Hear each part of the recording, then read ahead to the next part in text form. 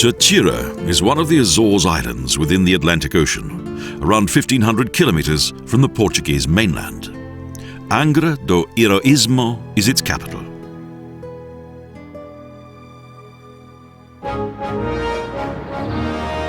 In the 15th and 16th centuries, this city and its natural harbour were an important port of call for numerous trading ships, a junction for 3 continents.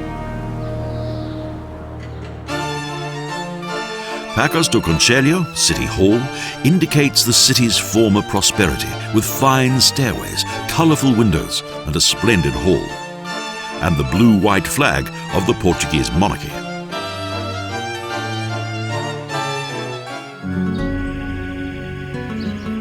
The white Palácio dos Capatazes Generais also highlights its past importance. It was once the official residence of the general captains.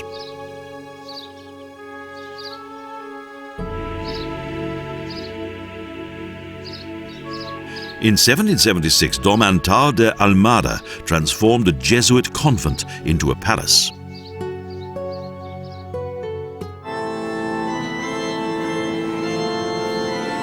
So the church now forms part of the complex, a splendid house of God which symbolizes the spirit of a glorious epoch.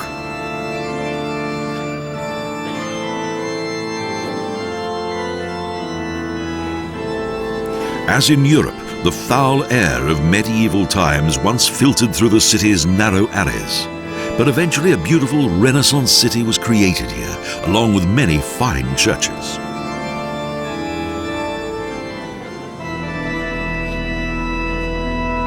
The city's large number of monasteries indicates how the Catholic Church exploited those times.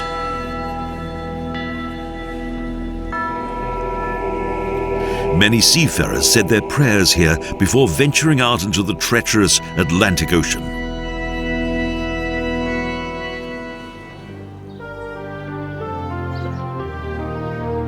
This, the largest cathedral in the Azores, was influenced by the Spanish. It is the Igreja do Santíssimo Salvador da Sé Cathedral.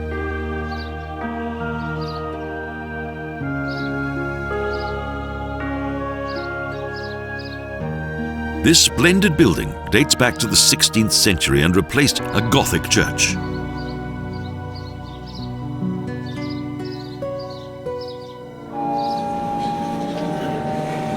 The modesty of its interior is captivating.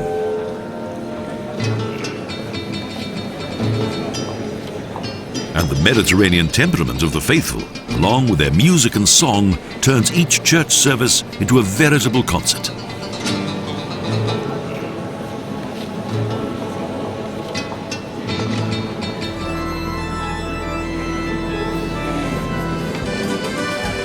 International festivals and meetings often take place in the Angra Do Heroismo, such as this one, as shown by national costumes from all over the world.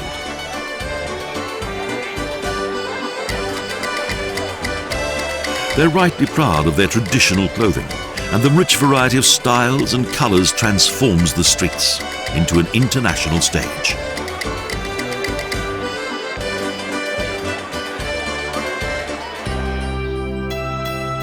The Palácio dos Betancourt is one of the city's most beautiful buildings.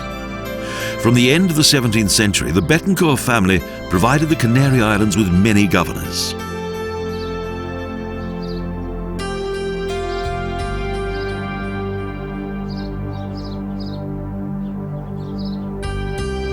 Above the gate, a stone family crest adorns the Baroque facade of the city's archive.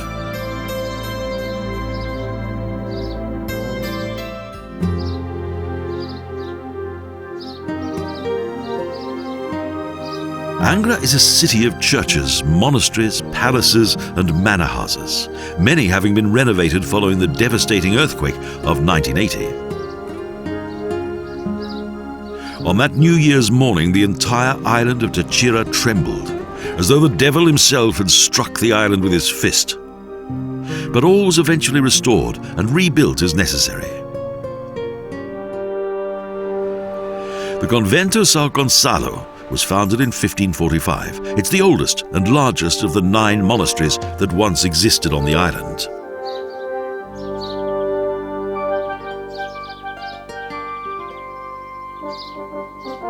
The monastery of the Poor Clare Nuns Order dates back to the 17th century, but now looks empty and abandoned.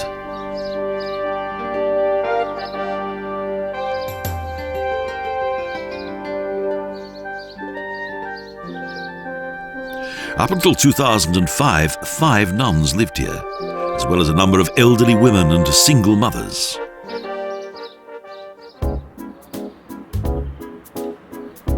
From the beginning, Angra was an extraordinary city with wide, uniform streets. There were slaughterhouses, hospitals and churches.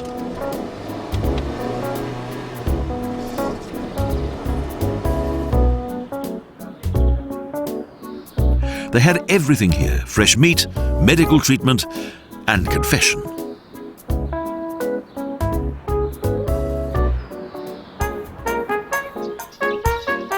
In the centre of the old town is the Jardim Duque Da Terceira, a well-laid-out garden with tangled pathways, fountains and an abundance of flowers.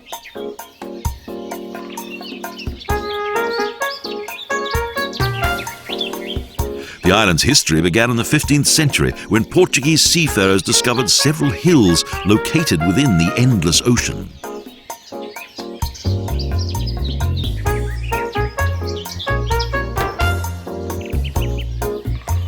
The third island was Terceira, of a total of 9 islands.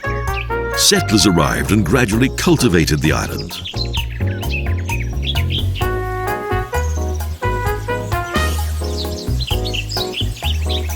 Noblemen as well as poor farmers, Flemings and Portuguese. They arrived with seeds and animals, with weaponry and the images of various saints.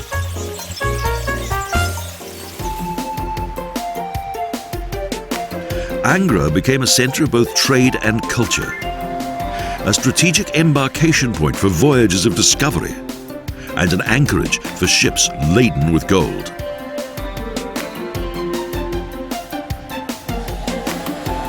The descendants of the first settlers still enjoy the heritage of their ancestors, whose hard labours are hardly imaginable today.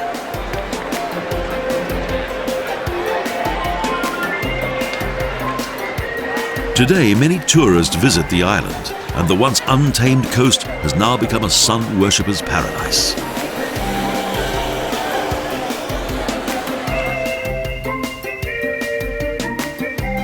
Now there are yachts where once both war and merchant ships were anchored.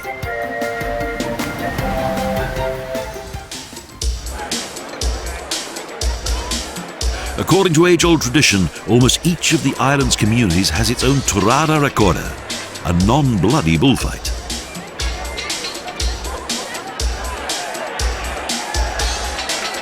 The men await the bulls in the alleys. Each bull has a rope tied around its neck in order to facilitate capture.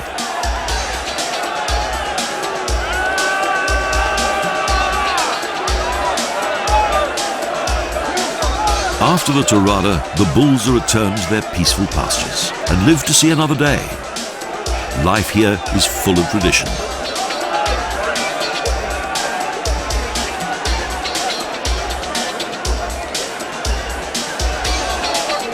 Angra Do Heroismo, anchor of heroism, created to serve the needs of those who travel the mighty ocean.